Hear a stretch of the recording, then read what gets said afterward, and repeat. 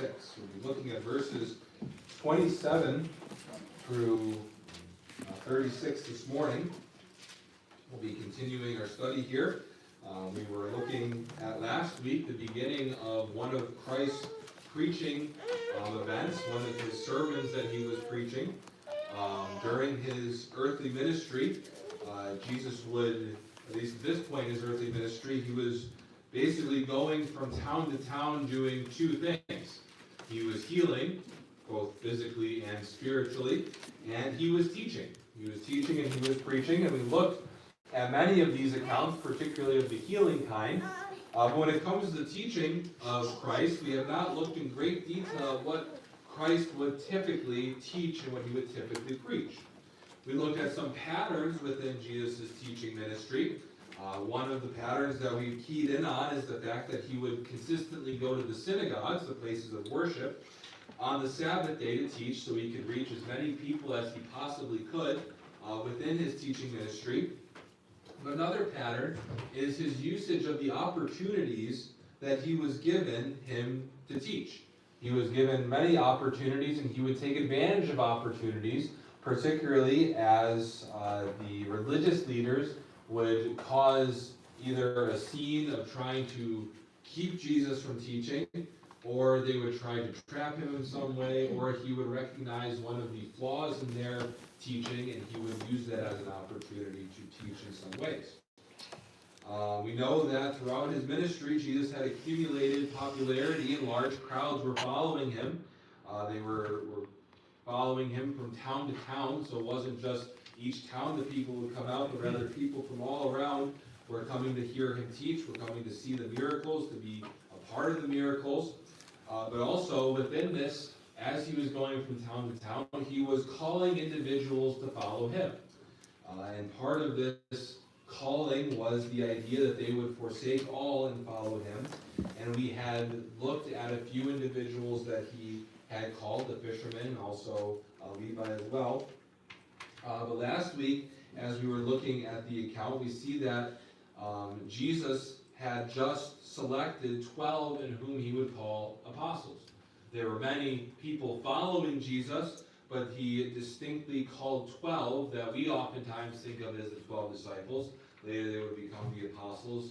Obviously Judas Iscariot would no longer be part of that group after the betrayal and then his eventual suicide. They brought on Matthias, and then even we see Paul being an apostle out of due time. We're not here to discuss those qualifications and why, but we see that these are selected at this time. These were individuals that were faithful. They obeyed the call to forsake all and follow Christ. And these are the 12 that we are very familiar with as the disciples. After Jesus had picked the 12, they went down from the mountain in which Jesus was praying. Jesus had spent all night praying. And they go down from this mountain into an area that is a plateau. And as others had gathered around, Jesus begins to teach.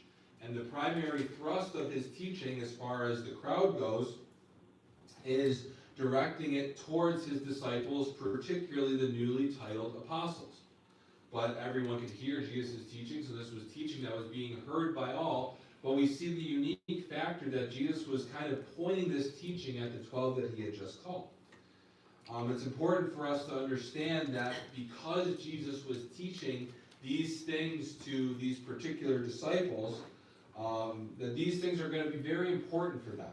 They're going to be very important in their life, and likewise, they are important to anyone who is following Jesus in their lives. So even though we are not apostles today, and that title and office is no longer applicable to anyone, we are still followers. And his teaching applies to us as well. This teaching in particular applies to us as well. Jesus starts by looking at a section that is oftentimes called the Beatitudes. Now, this is very similar to the Sermon on the Mount. There is debate if this is the same passage or not. We kind of covered last week how this is probably a different account, as they are not on a mount, but rather on a plateau. It's similar in teaching as Christ would be teaching many of these truths more than one time. So we see it's a similar teaching, as it's not completely identical message, but within pattern it's pretty close, and there is overlap in what is covered. But he is teaching on this plateau the Beatitudes. The reason we call them the Beatitudes is because that word beatitude is another word that is used for blessing, or blessed, as we see that used continuously in the beginning of each of the verse, or half the verse we looked at last week. That word blessing can more specifically mean happy. So as Jesus is teaching, he is teaching about a mindset that we are to have, a mindset that his followers need to have. Along with being blessed or happy, and that theme that Jesus is bringing forth, that should resonate within the life of a follower of Jesus, he also pronounces a series of woes. These woes are the opposite of blessings, and for each, Jesus lists the reward with the blessing being positive and with the woes being negative. So he has laid out this teaching to where he is telling us to have a particular mindset if we find ourselves in a situation, and this is the reward. And likewise, it is woe to us if we find ourselves in the opposite of that situation, and then he lists the reward. And again, we looked at these, so we're not going to go into time in great detail of rehashing every single one of them. But one of the interesting notes that we had concerning this is that many of the mindsets seem to be backwards. It seemed that according to the human mind, what Jesus is calling blessed or happy is far from what we would consider to be blessed or happy. And likewise, the woes that Jesus is pronouncing would be things that more than likely we would want to have in our lives. Again, just very quickly, it's things like hunger, things like when people hate you, things like, along with that, people reproach you or cast you out, or if you weep. All of these things that we oftentimes consider negative, Jesus is saying these are positive. So it's very contrary to our human line and our human thinking. But Jesus isn't teaching about purely earthly things. The application to this does carry about with earthly application, but the heart of the matter is truly spiritual. And he is talking about a spiritual state rather than a physical state. And this is important for us to remember not only from last week's message, but also as we move forward. It's important for us to note this because the things of God do not always line up with man's line of thinking. In fact, most of the time it seems very backwards. And that is because God has chosen the simple things of this life to confound the wise and earthly wisdom.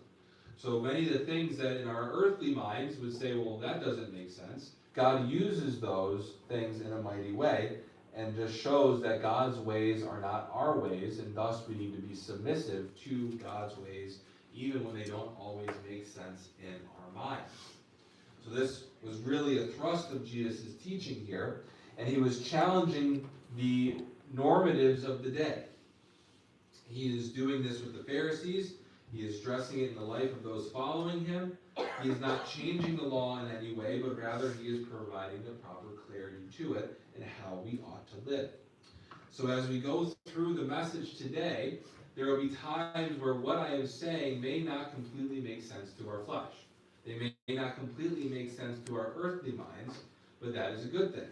Because if the things of God made sense to the flesh, then they wouldn't truly be the things